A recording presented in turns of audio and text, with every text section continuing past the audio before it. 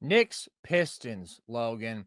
This is another series that has a vibe to it that I'm really enjoying. It's nasty, it's gritty, it's tough. And the Detroit Pistons went out there and they evened things up just like the Clippers. So we got both these series sitting at a game apiece. This was a bounce back performance from Cade Cunningham. Logan struggled in game one, comes out in this one, puts up 33 points, goes 11 of 21 from the field. What did you think made the difference for him, and how huge was that for Detroit in this one and potentially going forward? I mean, I thought Cade was the difference in this game. I thought he was the best player on the court. And Mhm. I feel bad for doubting if Cade's game was going to scale to the playoffs. I mean, Cade was clanging and banging in this game. I mean, just going through the chest repeatedly of Bridges, of Hart, attacking downhill, dominating in transition, consistently staying aggressive. And I really thought he weaponized his strength well. And then he was killing them with his pull up shooting in his intermediate game. I liked how he adjusted to OG Anunoby guarding him on ball as well. I thought he was trying to beat him more with deception and quickness and speed in this game. And he did beat him with his strength as well, too. And that's why Cade is just one of the premier building blocks in the NFL, in the NBA, man, in the league. Could Like, be. Hell of an could be, athlete. man. 6'7", big dude. I don't know, Oh, man. Maybe yeah. throw him out there wide out. But Six seven. he's just gonna keep getting stronger, man. And he's brilliant. He's got such great feel. He's a plus defender, and he was so impactful on the glass in this game. Mhm. But he was way more poised in this game than game one, and he's only going to get more comfortable.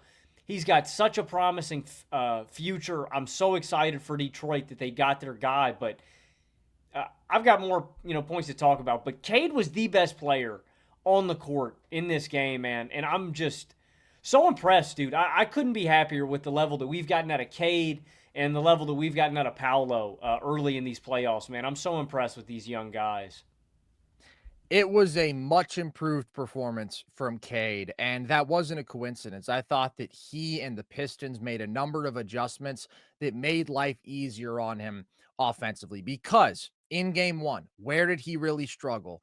Cat consistently coming up to the level, him seeing two defenders, these aggressive pick and roll coverages out of a lot of stagnant pick and rolls. He was turning the ball over. He looked uncomfortable. He looked out of his element. And then he was struggling to really beat OG one on one because OG is an excellent man defender and Cade doesn't have the strength advantage against OG that he's used to. So it was those couple of areas in which he really struggled. And I thought that the Pistons and Cade approached this game in a way that minimized how much he had to deal with those couple of things and like just created easy opportunities for him elsewhere. Like you especially saw this in the first half, they have a number of handoffs that flow into pick and roll so you can get Cade a running start versus OG. So now he's already headed downhill and you have an advantage. Just easier for him to create separation, to get a step when you give him that head start. Also, so many guards setting screens for him, especially Jalen Brunson's man, which is just good process, man. Involve Jalen Brunson in the action because they can't switch that or they don't want to a vast majority of the time, at least, because that's barbecue chicken for Cade. So Brunson is like showing, but he's not really getting a body on Cade, right? He's just like showing so briefly, and then he's running out to make sure that the guard who screened doesn't get an open three off the pop. But like nobody's really in front of Cade initially after the screen, so he's able to get a pretty good runway into some pull-up jumpers. That was easier offense for him. If he had a guard screen for him and then he got the Josh Hart or the Mikal Bridges switch, he was aggressive working in isolation against those guys who he does have a size and strength advantage against, and he was successful in doing so. And maybe the biggest thing, man, playing fast. He had 10 transition points in this game. That's his most in a game in the last month and a half. So you're not facing a set defense that is fully engineered to stop you, that is more worried about you than anybody else. You're getting those opportunities in the full court, clean spacing with a head of steam. And so I just thought he was able to hunt much easier offense. It's not like he suddenly just was able to cook OG one-on-one. You mentioned the deception stuff. I did think he did a nice job of setting him up a couple times, rejecting screens. Like, it was a really crafty game from Cade, but for the most part, like, it's just finding the easier opportunities, man. What I always say is you don't get style points. The tough ones don't count for more. Like, find easy offense where you can in the NBA, and I I thought that mean, and Cade did a significantly better job of that in this one. I think long term, I'm excited. Like, he's so strong already, and I just don't think there are going to be many guys in the NBA that are going to be able to deal with Cade one on one. Specifically, what I like, not to the level of Paolo, and that's why I prefer, I think, building around Paolo long term because he's even more of a physical freak, but very much so in the fact that he's going to be stronger than a lot of guys guarding him, even those like good defensive wings that are thinner, like a Mikal Bridges.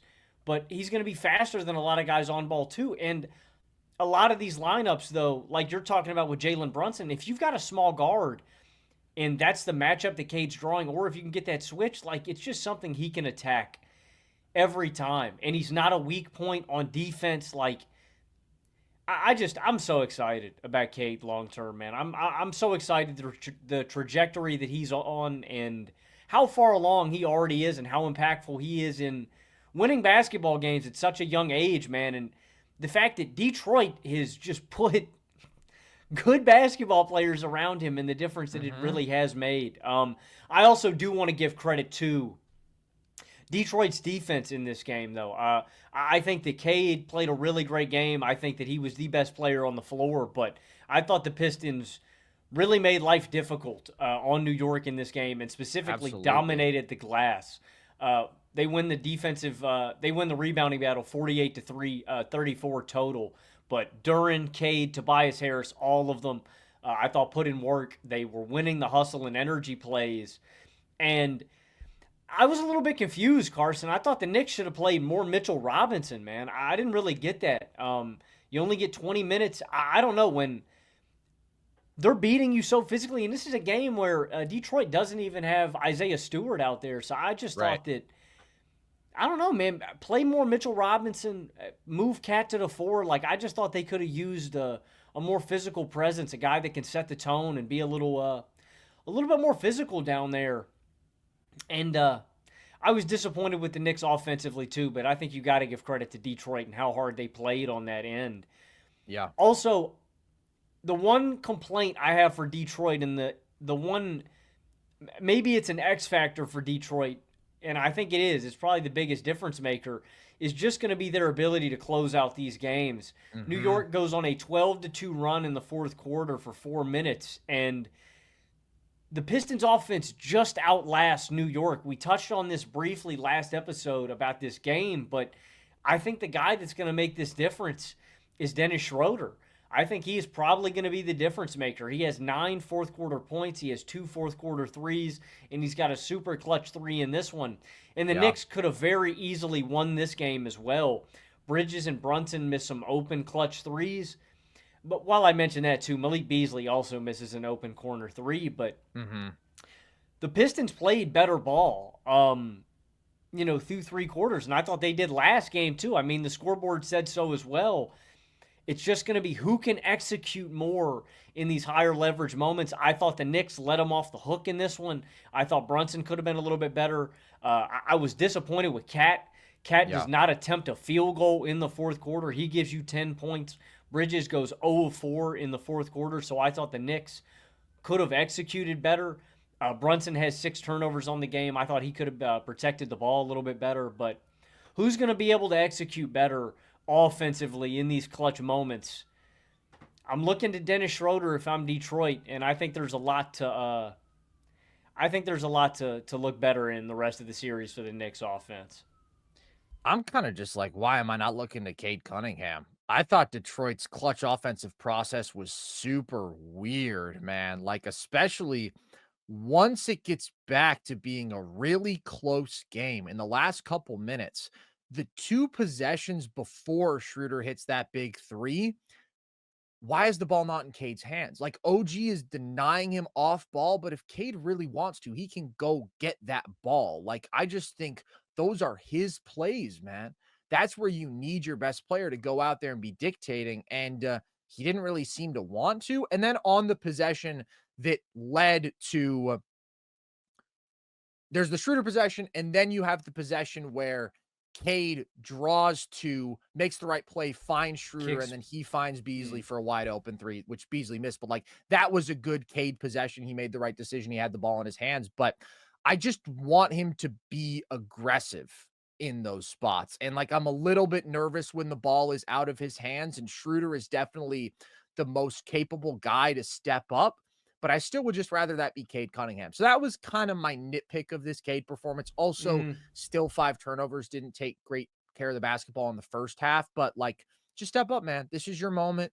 There's a reason that you're entrusted with so much offensive responsibility. And it felt like he kind of shied away from that. And the Pistons got away with it. Schroeder made a big shot, but it was very dicey there.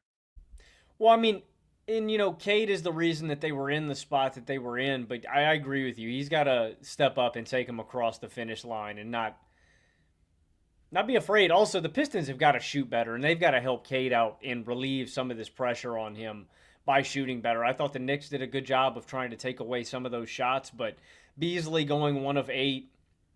I just think you need guys around Cade to help him out and shoot a little bit better. But this was the classic Detroit recipe, man. It was defense, muddy the water, make it nasty, make it gritty. I thought they outgritted New York and out physicaled them. I thought this was Yeah.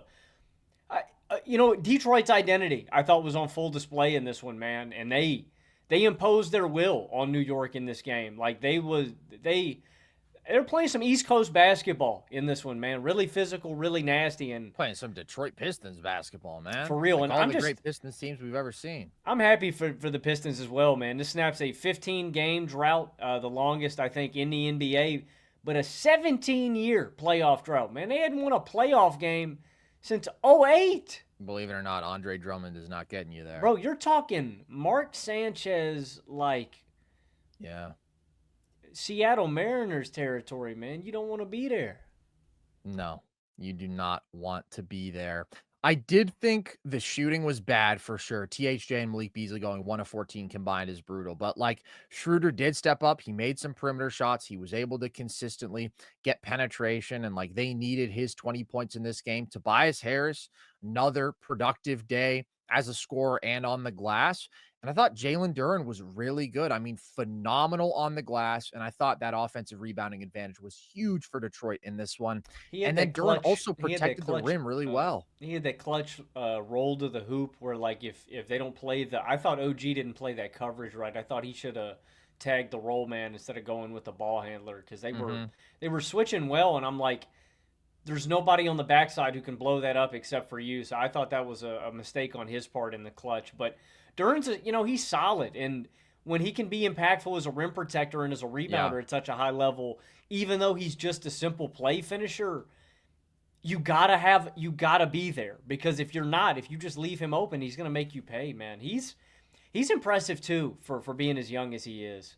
Yeah, and he's got a little passing feel as well. This has been a good showing from him so far in this series. I think he's improved defensively this season overall. And the other dude who I think deserves a shout out for his defensive performance is Asar Thompson, man, who I thought was giving Jalen Brunson fits, was getting in his head. And I said coming into this series, like he has the exact profile of the ideal Brunson defender. You want the guy who is bigger, more athletic, longer, but still super quick, can stick with him. Like those are the guys who can just force Brunson into really, really difficult shot diets. And I thought he was doing that. It's a bummer that he fouls out of this game because I thought a couple of the calls I didn't love. I mean, the one after the inbound where I don't know. I thought Brunson was hooking his arm, and then obviously he fouls out on Brunson jumping into him. That was just nasty work. But like Asar is really well equipped for this matchup. Also, Brunson's cheeky, man. He's cheeky. I didn't like when he definitely hooked the hell out of Asar's arm, man. That was yeah.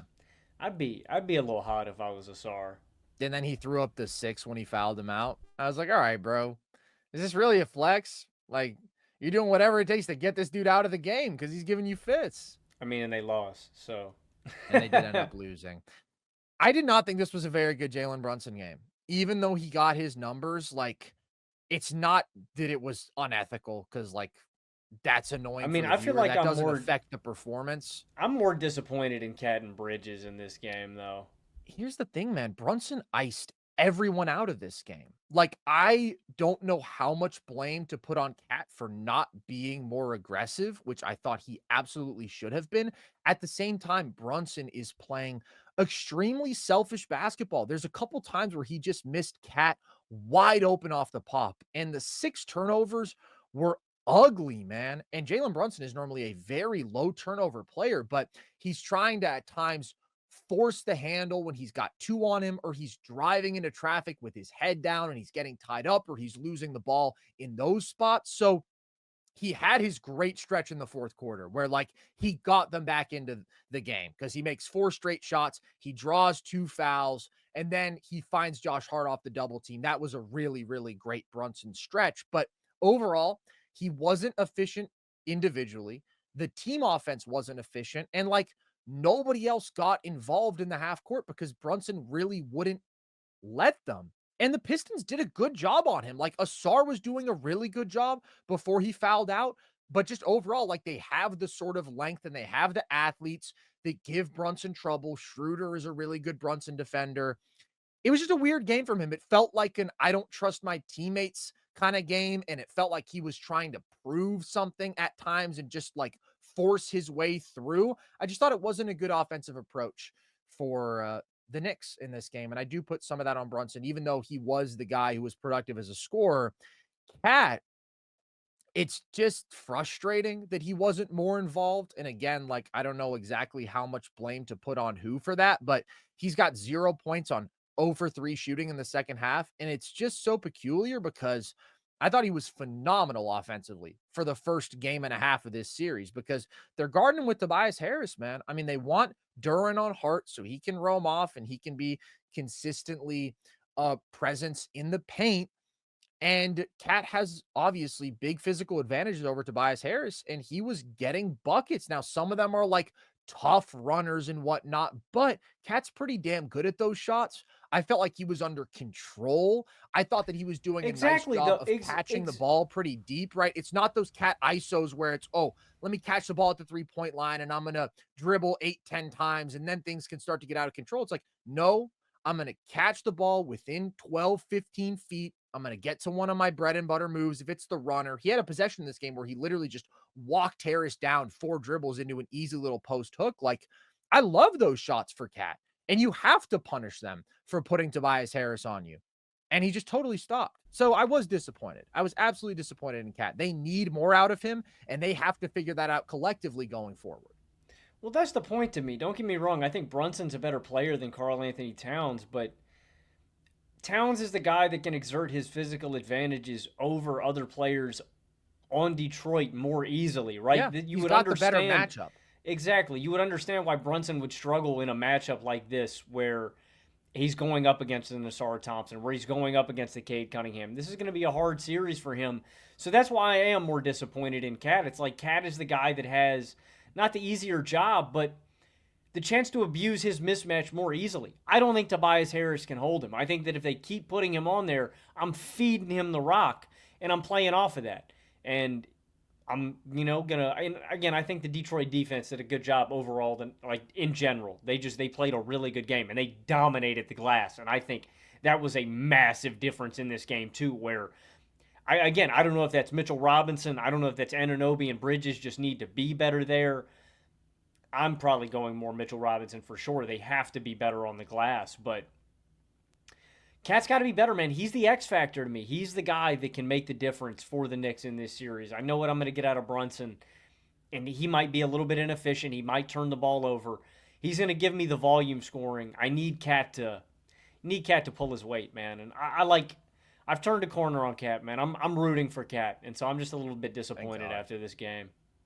Yeah, it's a disappointing performance from the Knicks overall, like from basically everybody.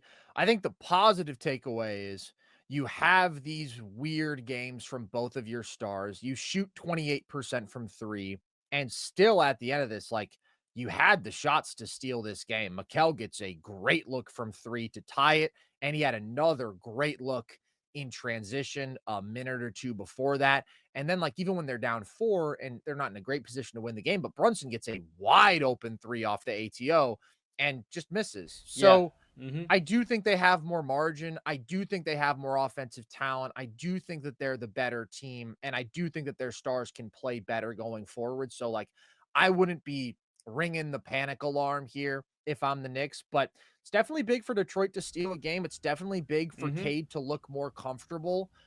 Cade wasn't as impactful as a playmaker as he often is. It felt like he honestly wasn't really That looking to felt facilitate. He deliberate. was That looking to felt score. deliberate by the Knicks, though, and that also felt deliberate by Cade. Uh-huh. Yeah, yeah.